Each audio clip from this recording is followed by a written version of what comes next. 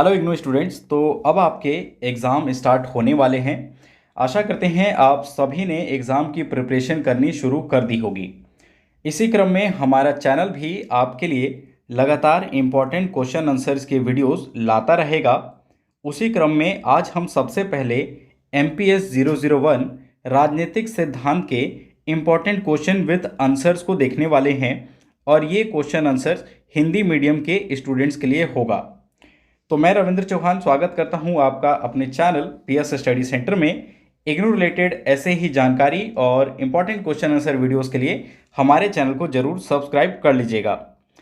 और बात कर लेते हैं, अगर आप इस नोट्स के PDF को परचेज करना चाहें तो उसके लिए यहाँ स्क्रीन पे देखिए आपको हमारा व्हाट्सएप कॉन्टैक्ट नंबर दिया गया है। तो व्हाट्सएप पे मैसेज करके आप इसके सॉफ्ट कॉपी को PDF को परचेज कर सकते हैं। परचेज करने से पहले ध्यानपूर्वक इस वीडियो को समझ लें, अच्छे से इसको जान लें कि कैसे आपके क्वेश्चंस आएंगे और कैसे आपको आंसर लिखना है, तभी उसके बाद आप इसे परचेज करें। तो देखिए, जिन क्वेश्चनों को हम देखने वाले हैं वो कुछ इस प्रकार से होंगे।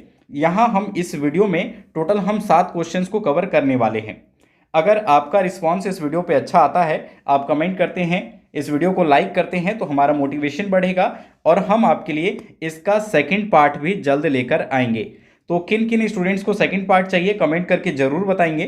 तो सबसे पहला जो क्वेश्चन होगा आज का हमारे इस वीडियो में, हम कवर करेंगे जॉन रॉल्स के न्याय के सिद्धांत की चर्चा कीजिए। क्वेश्चन सेकंड हम लेंगे नागरिकता के मार्क्सवादी विचारों की चर्चा करें। क्वेश्चन 3 होगा संप्रभुता के सिद्धांत के क्रमोत्तर विकास को रेखांकित कीजिए। क्वेश्चन 4 में हम देखेंगे मार्क्सवादी फासीवादी विश्व दृष्टिकोण के बारे में। क्वेश्चन 5 होगा पितृसत्ता। क्वेश्चन 7 व्यक्तिवाद और क्वेश्चन 6 जो है व्यक्तिवाद और क्वेश्चन 7 अतिरिक्त मूल्य सिद्धांत। देखिए, ये most important question answer select किए हैं और इनका हम विद आंसर हम इसे अच्छे से देखने वाले हैं। उससे पहले बता दें, अगर आप अपने एग्जाम की प्रिपरेशन और बेहतर ढंग से करना चाहते हैं तो उसके लिए नीरज पब्लिकेशन की बुक आपके लिए बहुत ज़्यादा यूजफुल हो सकती है और अभी फ्लैट 50% तक का डिस्काउंट मिल जाएगा अगर आप नीरज पब्लिकेशन की बुक को परचेज करते हैं।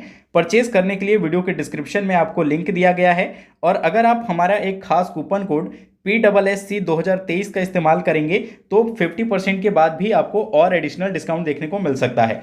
तो वीडियो के डिस्क्रिप्शन में लिंक है, वहां से जाकर आप बुक को ऑर्डर कर सकते हैं। चलिए अब बात करते हैं एक एक क्वेश्चंस और उनके आंसर्स को समझते हैं अच्छे से।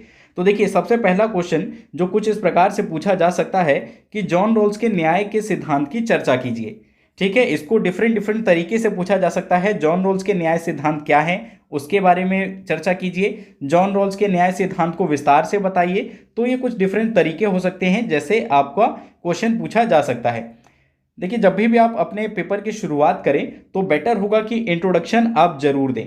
ठीक है, इंट्रोडक्शंस में आपको क्या देना होता है, जो भी आपका क्वेश्चन है उसके बारे में थोड़ा आप पहले ही इंट्रोडक्शन में बता दें। जैसे कि यहाँ जॉन रॉल्स के बारे में पूछा जा रहा है तो यहाँ हम इंट्रोडक्शन में जॉन रॉल्स के बारे में थोड़ा कवर कर सकते हैं, जिसमें आप बता सकते हैं कि जॉन रॉल्स का जन्म कब हुआ। तो हम देखते हैं कि जॉन रॉल्स का जो जन्म था वो 21 फरवरी 1921 में अमेरिका में हुआ था। ठीक है, जॉन रॉल्स की अगर हम बात करें तो ये जो थे सामाजिक समस्याओं को सुलझाने में इनकी बहुत ज़्यादा रुचि थी। देखिए, हम शॉर्ट में ही कवर करेंगे क्योंकि अगर बहुत ज़्यादा विस्तार से हम सारे क्वेश्चनों को कवर करते हैं तो वीडियो बहुत ज़्यादा लंबी हो जाएगी। फिर भी मैं प्रयास करूंगा कि आपको थोड़ा बहुत सभी का अच्छे से समझाते चलूँ। तो जॉन रॉल्स के बारे में हम बात कर रहे थे। जॉन रॉल्स की बात करें तो ये बचपन से ही एक विलक्षण प्रतिभा वाले व्यक्ति थे, यानी बहुत ज़्यादा तीव्र बुद्धि के थे।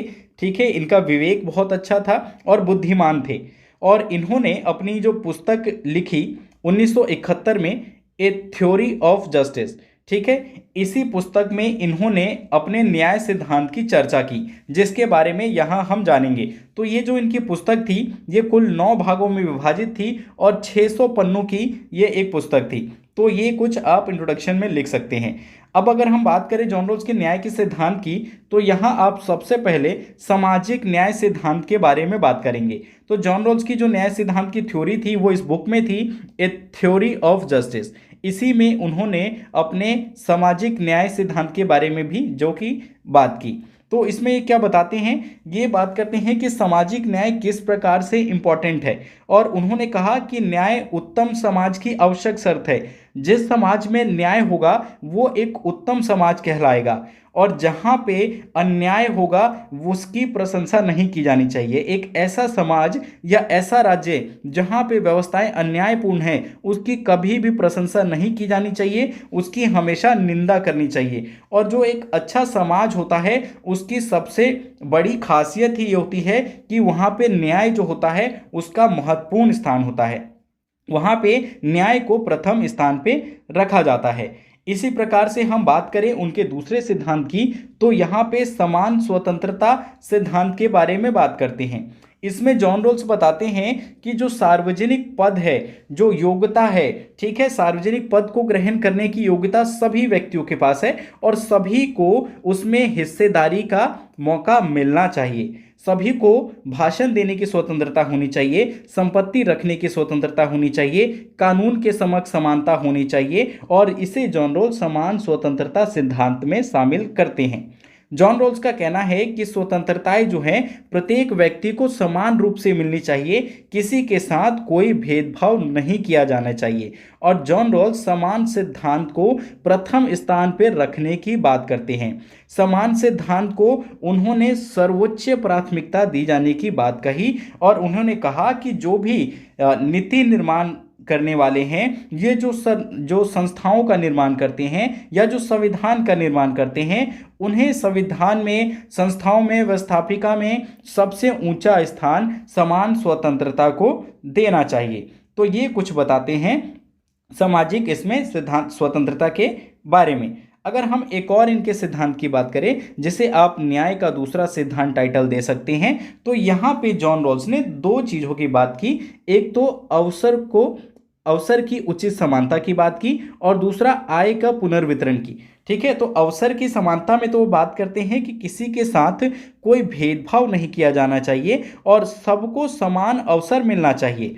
आय के पुनर्वितरण में बताते हैं कि भले ही जो आय है उसका बंटवारा समान ना हो, यानी कि यह आवश्यक नहीं है कि सबको इक्वल सैलरी दे दी जाए, लेकिन यहाँ पे ये चीज़ जरूर ध्यान देना चाहिए कि अगर कोई व्यक्ति बहुत गरीब तबके का है, उसे बहुत ज़्यादा ज़रूरत है, बहुत दबा कुचला है, तो उसके उत्थान के लिए उसे अधिक से अधिक लाभ दिए जाने की कोशिश की जानी चाहिए। अवसर की समानता के बारे में जॉन रोल्स ने कहा कि पद और सत्ता सभी व्यक्तियों के लिए खुली हो ताकि आम आदमी उस तक पहुंच अपनी सुनिश्चित कर सके। तो अवसर की समानता में क्या बताते हैं कि हर व्यक्ति के लिए संसाधन उपलब्ध होने चाहिए ताकि वो जो सार्वजनिक पद है वहां तक वो पहुंच सके। ठीक है, इसमें एक और बात करते हैं भेद मूलक सिद्धांत के बारे में, और यहाँ पे कहते हैं कि जो प्राथमिक वस्तुएं हैं, देखिए भले ही जो है समाज में जो है आय का बंटवारा समान ना हो, लेकिन कुछ ऐसी प्राथमिक वस्तुएं हैं जिनसे अगर कोई व्यक्ति अछूता है तो उस तक उस वस्तु को पहुंचाया जाना अनिवार्य है। देखिए, अगर एक एग्जाम्पल से समझने की कोशिश करें तो भले ही आय का बंटवारा समान ना हो समाज में, लेकिन एक ऐसा तबका है जो डेली भूखा सो रहा हो, उसको खाना तक नहीं मिल पा रहा हो, तब स्थिति में ये जरूरी है कि उसको कम से कम प्राथमिक वस्तुएं, बेसिक नीड्स की उसकी जरूर पूर्ति की जानी चाहिए। सामाजिक और आर्थिक असमानताओं को इस तरह व्यवस्थित किया जाना चाहिए कि जो कम लाभान्वित लोग हैं, जिनको सामाजिक सुरक्षा नहीं मिली हुई है, आर्थिक सुरक्षा नहीं मिली हुई है, बहुत निचले तबके के हैं, उनको अधिक से अधिक लाभ पहुंचाने की कोशिश की जानी चाहिए। आई होप आपको ये पॉइंट भी समझ में आ गया होगा।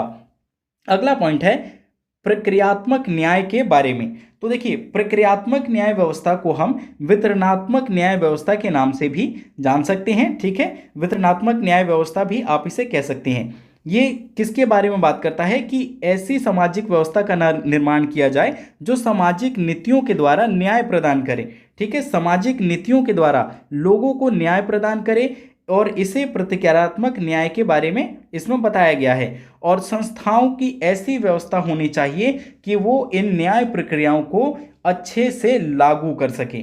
तो ये कुछ आपको इस क्वेश्चन के आंसर में लिखना होगा। इसके बाद आप चाहें तो कंक्लूजन यानी कि निष्कर्ष भी लिख सकते हैं।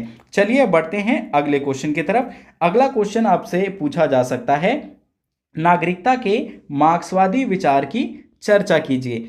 तो देखिए नागरिकता के बारे में आपको बताना है तो यहाँ भी आप पहले इंट्रोडक्शन दे सकते हैं, भूमिका। तो इसमें आप बता सकते हैं कि जो नागरिकता है ये किस प्रकार से आधुनिक उदारवादी राज्यों के साथ इसकी शुरुआत होती है और धीरे धीरे ये कैसे हर एक राज्य के कोने कोने में पहुंच जाता है। ठीक है, इसमें हम देखें तो नागरिकता जो है भेदभाव, असमानता आदि के खिलाफ संघर्ष करने वाले समूहों के लिए सामाजिक एवं राजनीतिक शस्त्र बन गई। प्रत्येक व्यक्ति किसी न किसी राज्य का नागरिक होता है। देखिए जो व्यक्ति है वो किसी न किसी राज्य का नागरिक जरूर होगा, और अगर वो किसी राज्य का नागरिक है तो वहाँ पे उसे कुछ ना कुछ अधिकार भी जरूर दिए जाएंगे। तो यहाँ आप इस पॉइंट को जरूर लिखेंगे कि एक जो नागरिक है उसके पास कुछ सामान्य अधिकार भी होते हैं। वहीं उसकी तुलना में अगर हम बात करें जो नागरिक नहीं है किसी राज्य का, वो उन अधिकारों से वंचित रह जाता है। एक सामान्य तौर पे समझे तो देखिए किसी भी देश में जो विदेशी नागरिक होते हैं उनकी तुलना में उस देश के मूल निवासियों के पास ज़्यादा अधिकार होते हैं। तो ये विशेषता होती है उनकी नागरिकता के। राज्य को जो है कुछ अधिकार प्रदान करता है राज्य, किसको? नागरिकों को। ठीक है, और ये अधिकार किसको नहीं मिलते? जो राज्य के बाहर के हो, जो राज्य के बाहर के हो उनके पास ये अधिकार नहीं होगा। अधिकारों के रूप में हम कुछ समझ सकते हैं कि जो गैर राज्य वाले हैं, जो विदेशी हैं, उनके पास एक तो मताधिकार का अधिकार नहीं होगा और उन्हें सार्वजनिक कार्यालय बनाने की अनुमति भी नहीं होती। किसी राज्य के नागरिक के पास इतने अधिकार होते हैं जो विदेशियों के पास नहीं होते। ठीक है, तो इसे भी आप समझ चुके होंगे।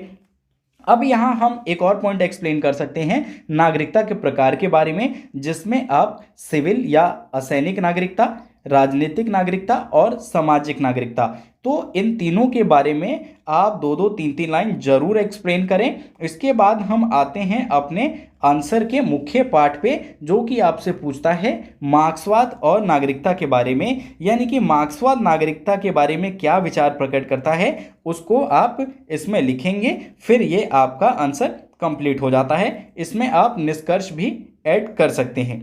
चलिए आगे बढ़ते हैं और देखते हैं अगले क्वेश्चन को। अगला क्वेश्चन आपसे कुछ इस प्रकार से पूछा जा सकता है, संप्रभुता के सिद्धांत के क्रमोत्तर विकास की चर्चा कीजिए या रेखांकित कीजिए। यानी संप्रभुता जो है उसका किस प्रकार से क्रम वाइज तरीके से, सीरियल वाइज तरीके से विकास हुआ, इसको आपको बताना है। तो संप्रभुता देखिए एक आधुनिक अवधारणा है, लेकिन आधुनिक अवधारणा तो है लेकिन ऐसा नहीं है कि इसका पहले चलन नहीं था। अगर हम बात करें प्राचीन रोम में, तो रोम वासियों में भी देखते हैं वहां पे कि संप्रभुता के बारे में चर्चा की गई थी और संप्रभुता को राज्य की शक्ति की पूर्णता के रूप में मान्यता मिली हुई थी वहाँ पे। इसी तरह के अगर हम बात करें मध्यवर्ती सामंतवादी काल में, तो यहाँ पे भी हमें संप्रभुता का जिक्र देखने को मिलता है। और आधुनिक काल की अगर बात करें तो इसकी शुरुआत हमें बोंदा के द्वारा देखने को मिलती है, जो एक राजनीतिक थिंकर्स थे, राइटर्स थे, वो बोंदा। इनके प्रतिपादन के बाद से ही हमें आधुनिक समाज में संप्रभुता की धारणा देखने को मिलती है। तो संप्रभुता के बारे में रूसो की क्या विचारधारा थी, इसे भी आप एक्सप्लेन करेंगे। हॉब्स क्या कहते हैं इस बारे में, इसको भी लिखेंगे। साथ ही साथ हेगल और ऑस्टेन, इनके विचारों को भी आप लिखेंगे। और इनको जब आप लिखें तो अंडरलाइन जरूर कर दें, क्योंकि यही वो पॉइंट्स होते हैं जो आपको एग्जाम में अच्छे मार्क्स दिलाएंगे। अब अगले क्वेश्चन की तरफ आते हैं हम। अगला क्वेश्चन है हमारा फासीवादी विश्व दृष्टिकोण। तो फासीवादी विश्व दृष्टिकोण जो है इसका जिक्र देखिए हमें दो जगह से देखने को मिलेगा, एक तो जर्मनी से और दूसरा इटली से। ठीक है, तो यहीं पे ये फांसीवादी व्यवस्था देखने को मिली थी हमें, जिसमें एक नाम आप बहुत फेमस है, जानते होंगे। ठीक है, यहाँ पे हिटलर के बारे में बात हो सकती है और दूसरा मुसोलिनी के बारे में। तो इनकी जो व्यवस्था थी वो फांसीवादी व्यवस्था थी इन राज्यों में, और फांसीवादी राज्य व्यवस्था में किस प्रकार की थी इसी का आपको जिक्र करना है। तो यहाँ पे जो हमें कुछ इनकी समानताएं या इनकी कहले की विशेषताएं देखने को मिलती है, तो ये नस्लवाद पे बहुत जोर देते थे। ठीक है, नस्लवाद में इनका मानना था कि जो भी सभ्यताओं का उदय हुआ है उनका कारण क्या है, आर्यों का बताया कि आर्यों के द्वारा ही सभ्यता का उदय होता है। दूसरा अगर हम देखें इन फांसीवादी राज्यों की विशेषता के बारे में, तो यहाँ पे आपको राज्यवाद देखने को मिलेगा, यानी राष्ट्र के बारे में ये इतने ज़्यादा जो प्रोटेक्ट प्रोटेक्टिव थे कि अपने राष्ट्र के प्रति कोई भी गलत तरह की बात नहीं सुन सकते, या किसी की भी बात जो राष्ट्र की बेइज्जती करता हो उसको ये लोग स्वीकार नहीं करते थे। इसके अलावा हम और पॉइंट्स को देखें तो विशिष्ट वर्गवाद की बात कही गई। क्यों? क्योंकि इनका मानना था कि जो व्यक्ति है ये मानसिक रूप से या शारीरिक रूप से समान नहीं हो सकते, सब में कुछ ना कुछ भेदभाव है। और हिटलर और मुसोलिनी ने कहा कि राज्य का प्रत्येक व्यक्ति समान नहीं होता। तो ये इनका सिद्धांत था विशिष्ट वर्गवाद का। इसी में अगला पॉइंट आता है कार्यात्मक गतिशीलता के बारे में। तो कार्यात्मक गतिशीलता के बारे में बात करें तो फासीवाद में हमें देखने को मिलता है कि जो अन्य संस्थाएं थी उन सभी को वहां पे बंद कर दिया गया था, और वहां पे केवल ऐसी संस्थाएं या एक ही संस्थाएं चलती थी जो कि फासीवाद के नियंत्रण में होती थी। इसके अलावा हम बात करें राजनीतिक शक्ति के राजनीतिक शक्ति के एकीकरण के बारे में, तो हमें इटली और जर्मनी इन दोनों ही जगह में देखने को मिलता था कि जो राजनीतिक शक्ति थी वो केवल शासक वर्ग के पास ही होती थी, कोई प्रांतीय प्रशासक वहां पे नहीं था, और शक्ति जो थी केवल एक व्यक्ति या एक दल के पास ही सीमित थी। इसी से रिलेटेड अगला हेडिंग आ जाता है दल के बारे में। तो यहाँ पे जो एक ही दल का शासन था, अन्य सभी दल को, विपक्षी पार्टियों को समाप्त कर दिया गया था। और अगला हेडिंग आएगा इसका निरंकुश तंत्र के बारे में। तो यहाँ की जो व्यवस्था थी निरंकुश तंत्र थी, किसी के कंट्रोल में नहीं थे, ये सारे डिसीजन खुद लिया करते थे, एक दल या एक नेता लेता था, और जो भी व्यवस्था चलानी है इन्हीं के द्वारा होता था। तो ये चीज़ भी आपको समझ में आ गई होगी। अब हम बात करते हैं अगले क्वेश्चन की, जो कि पितृसत्ता के बारे में आपसे एक शॉर्ट नोट्स या लॉन्ग क्वेश्चन आंसर दोनों ही पूछा जा सकता है। तो देखिए पितृसत्ता आप वेल नोन है, इसको आपने पहले भी सुना होगा या पढ़ा होगा।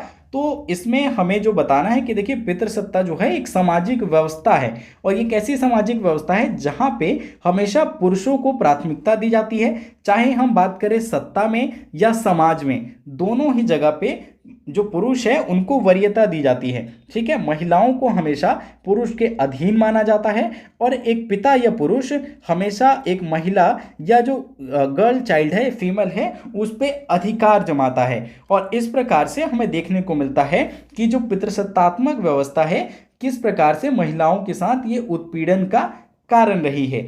इसमें आप लिखेंगे, कुछ विचार लिखेंगे जो राइटर्स के थे कि कैड मिलेट ने, उनके क्या विचार थे इस बारे में, गैडा लर्नर के विचार लिखने हैं आपको, और नारी की जो यौन नियंत्रण है इसके बारे में एक्सप्लेन कर सकते हैं कि जो एक नारी है उसके ऊपर कैसे पुरुष हमेशा नियंत्रण बना के रखता है, चाहे वो घर हो या कार्यस्थल हो, दोनों ही जगह पे एक पुरुष का ही नियंत्रण होता है। इसके विभिन्न स्वरूप के बारे में आप चर्चा कर सकते हैं कि पितृसत्तात्मक के कौन कौन से स्वरूप है। इसमें आप देख सकते हैं कि घर में कैसे पितृसत्तात्मक व्यवस्था है, ठीक है, नारियों के साथ किस प्रकार से व्यवहार होता है, कार्यस्थल पे किस प्रकार से होता है। तो ये सारा कुछ आप इस क्वेश्चन में लिखेंगे। नेक्स्ट क्वेश्चन आता है हमारा व्यक्तिवाद के बारे में। तो व्यक्तिवाद क्या है आप बताएंगे। तो व्यक्तिवाद का देखिए जो संबंध है वो स्वतंत्रतावाद से संबंधित है, इसलिए जब भी आप व्यक्तिवाद को एक्सप्लेन करेंगे तो स्वतंत्रतावाद का जिक्र जरूर आएगा। तो इस क्वेश्चन को भी आप ध्यानपूर्वक देख लें, आप चाहें तो इसका स्क्रीनशॉट ले सकते हैं या इस पीडीएफ को परचेज कर सकते हैं।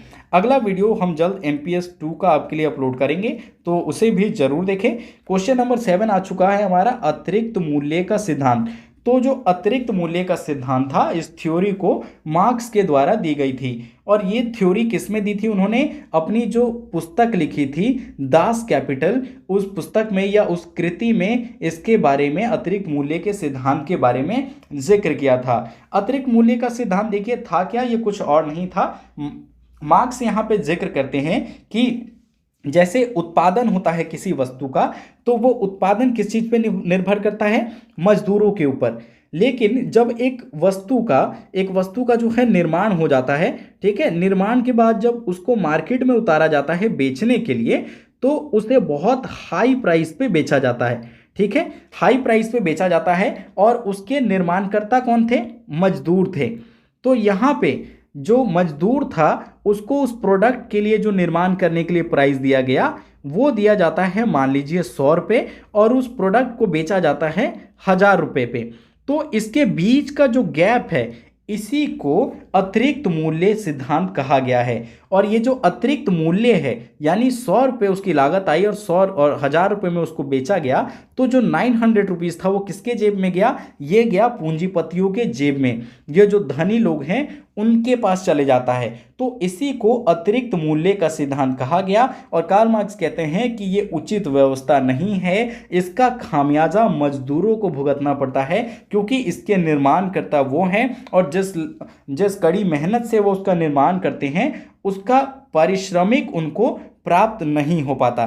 ठीक है, तो आई होप आप इसको भी समझ गए होंगे। और इसमें हमें शोषण की अवधारणा देखने को मिलती है कि किस प्रकार से पूंजीपति द्वारा या निर्माणकर्ता के द्वारा मजदूरों का शोषण किया जाता है। मजदूरी का निर्धारण करते समय बहुत ही उन्हें लो वेटेज दिया जाता है, उनके भरण पोषण की व्यवस्था नहीं होती, उनको इतना उचित दाम भी नहीं दिया जा सकता कि वो अपने पेट को सही से भर सकें। ठीक है, तो इसी को बताया गया है अतिरिक्त मूल्य का सिद्धांत। आई होप आपको ये भी क्लियर हो गया होगा। ये वीडियो कैसी लगी कमेंट करके जरूर बताएं। नेक्स्ट वीडियो कौन से सब्जेक्ट का देखना चाहते हैं ये भी कमेंट करें। Thanks for watching.